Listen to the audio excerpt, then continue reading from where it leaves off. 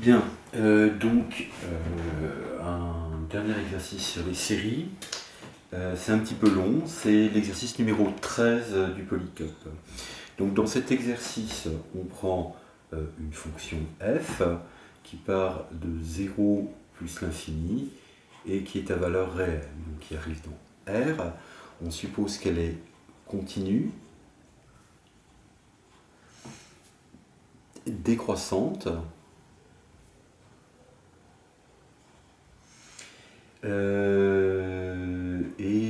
positive.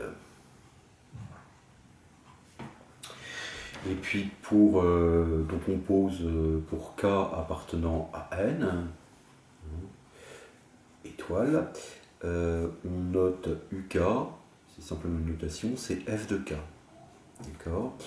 Et puis pour N, aussi dans une étoile, ben on prend Sn, c'est la nème somme partielle de la série de termes générale UK.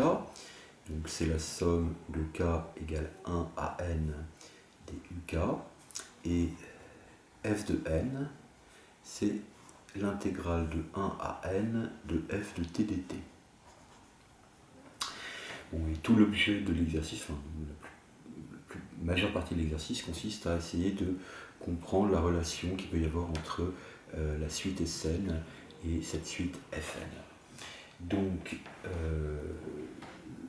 on va essayer de donner une interprétation géométrique sur laquelle on va voir énormément de choses. Donc je vais simplement dessiner un graphe arbitraire, mais d'une fonction continue, décroissante et positive sur 0 plus l'infini.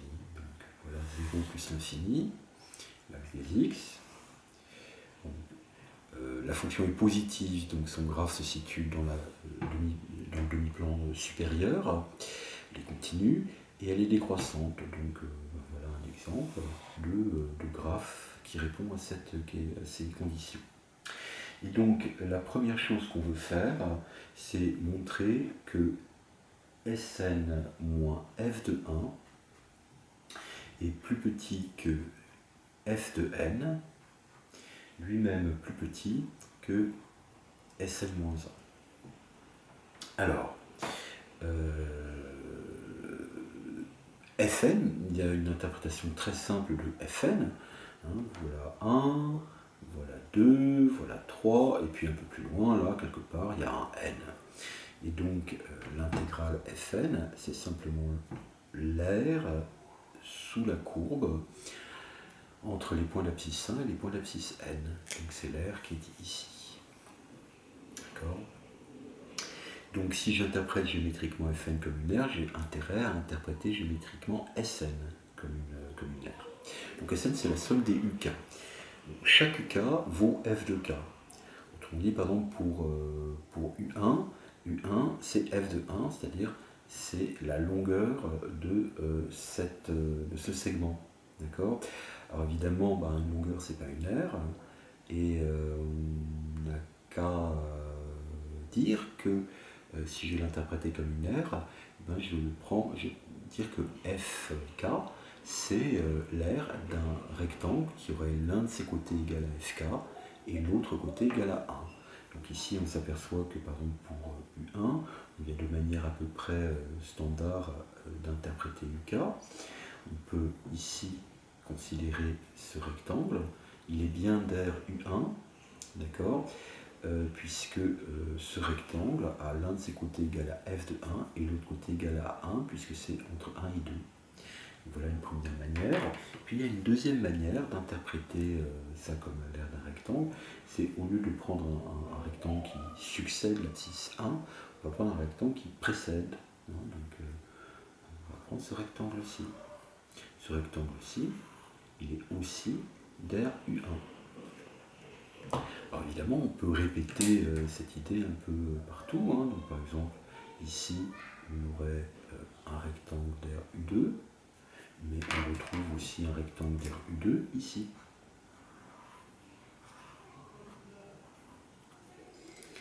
Bon, et puis on va répéter ça. Ici, on aurait un rectangle d'aire UN. Donc ici, je veux l'abscisse n plus 1. Donc, je peux aussi la fois juste avant. Là j'aurai aussi l'air UN, et comme abscisse ici, N-1.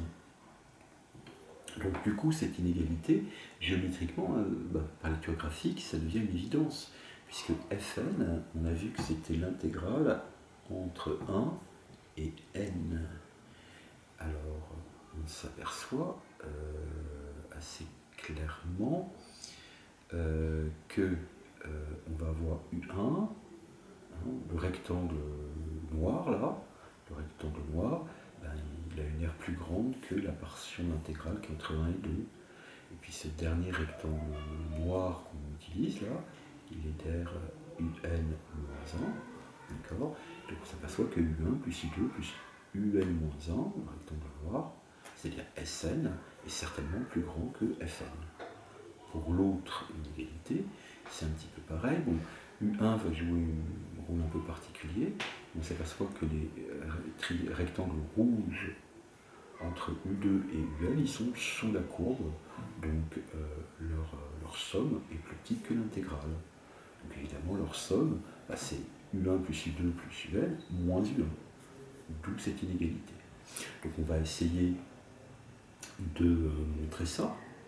D'accord. Donc les petites remarques d'ordre géométrique que je viens de faire, elles nous disent exactement quoi faire. Il va falloir découper l'intégrale Fn en petite intégrale sur des intervalles de longueur 1. Et sur chacun des intervalles, il faut expliquer pourquoi l'aire des rectangles noirs est plus grande que l'intégrale qui est plus grande que l'aire du rectangle rouge. Donc on va commencer par écrire Fn. Donc Fn, c'est l'intégrale de 1 à n de f de t dt.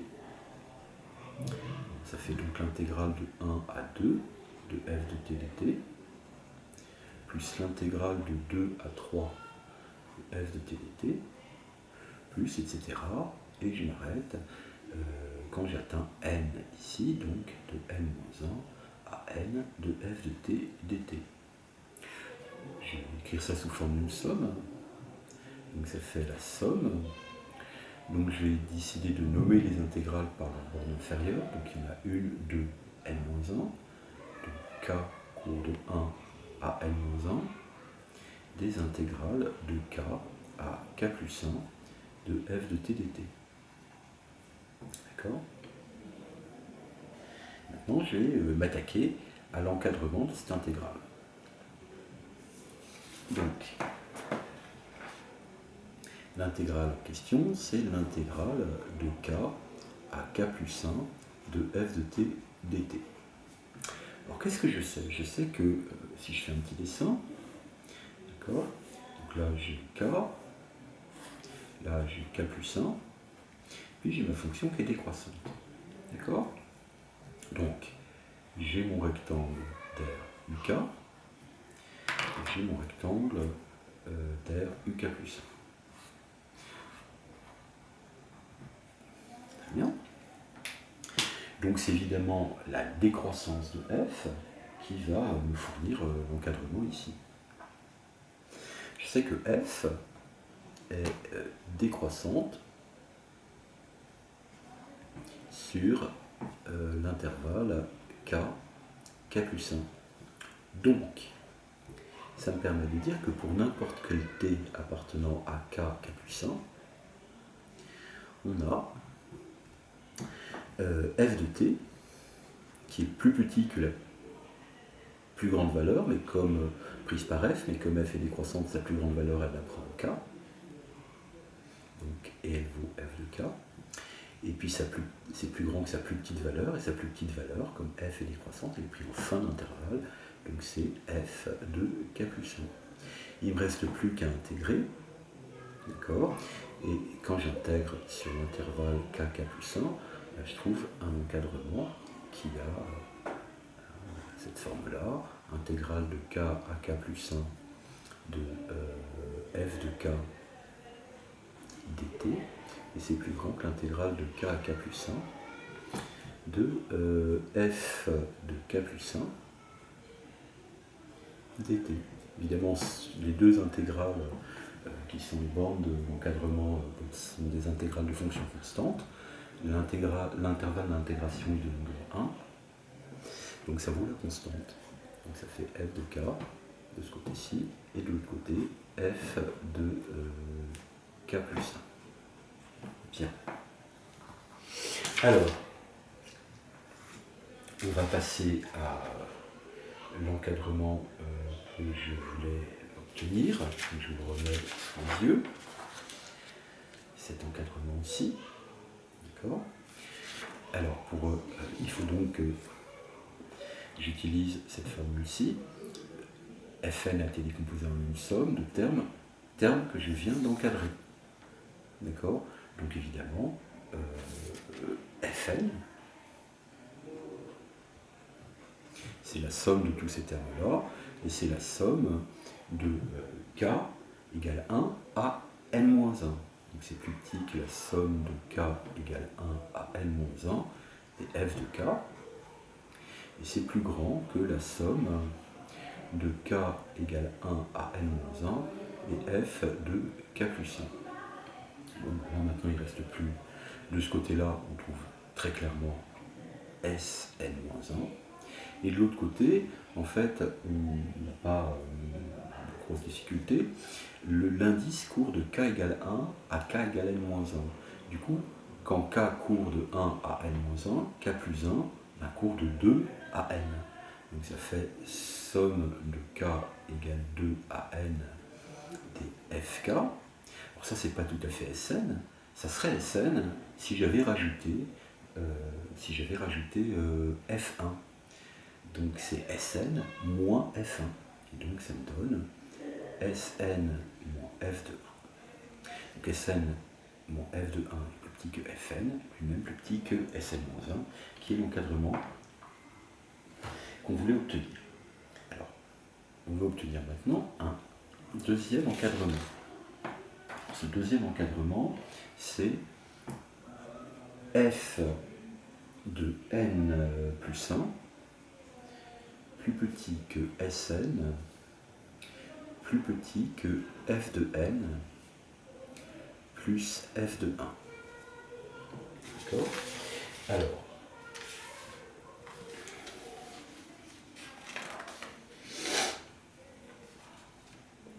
on va calculer. Disons, on va commencer par ce morceau-là. Donc je reprends le petit dessin que j'avais. Qu'est-ce que c'est que Fn-1 Fn plus 1, pardon. Fn plus 1, c'est l'intégrale de 1 à n plus 1. Donc ça se décale de 1 ici, c'est de là à là. Et je veux montrer que c'est plus petit que Sn. Bon, bah, ça se voit à l'œil nu, d'accord, puisque si j'écris Fn plus 1, excusez-moi, je n'avais pas dû tourner ça. Si j'écris Fn plus 1, Fn plus 1, eh bien c'est comme tout à l'heure, sauf que la somme est décalée encore de 1. D'accord. Donc tout à l'heure, j'avais Fn qui était la somme de k égale 1 à n-1 de ces intégrales-là. Pour avoir Fn plus 1, j'ai plus qu'à aller rajouter un autre terme ici. Et donc Fn plus 1 est égal à la somme de k égale 1 à n des intégrales de k à k plus 1 des f de t dt. J'avais également tout à l'heure montré l'encadrement suivant.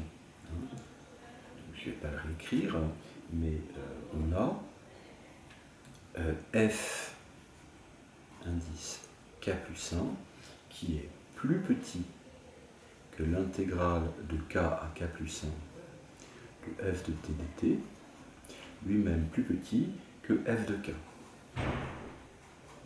Donc je vais trouver une majoration de Fn, donc j'ai utilisé cette majoration-ci pour montrer cette inégalité-là. Donc je vais simplement écrire que chacun de ces termes est plus petit que fk, et j'obtiens donc somme de k égale 1 à n des intégrales de k à k plus f de t dt, qui est certainement plus petit que l'intégrale de k, la somme de k égale 1 à n dfk, somme qui vaut exactement Sn. D'accord? Et puis, je vais utiliser cette inégalité-ci pour trouver une minoration. Alors, évidemment, je vais d'abord commencer par écrire cette quantité-là proprement. Donc j'ai Fn plus f de 1, c'est la somme de k égale 1 à n-1 des intégrales de k à k plus 1 des f de t dt. D'accord? Donc il reste le plus f1, que je recopie simplement ici. Donc cette fois-ci, c'est cette inégalité-là que je vais obtenir pour dire que chacun de ces termes est plus grand que f cap plus 1. Donc ça, c'est plus grand que la somme de k égale 1 à n-1 des petits f k plus 1 plus f1. D'accord?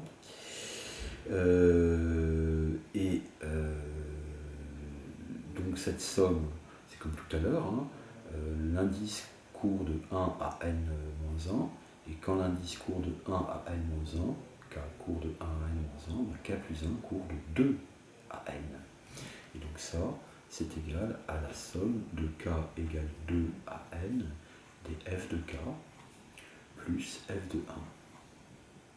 Bon, ça c'est tout simplement, vous voyez, hein, il y a f de 1 ici, puis là il y aurait f de 2 plus f de 3 plus f de n. Donc là je trouve Sn, et j'ai donc bien montré que Sn était plus petit que Fn plus 1. D'accord? Donc maintenant, la troisième question, on me demande de démontrer, enfin plutôt oui de montrer,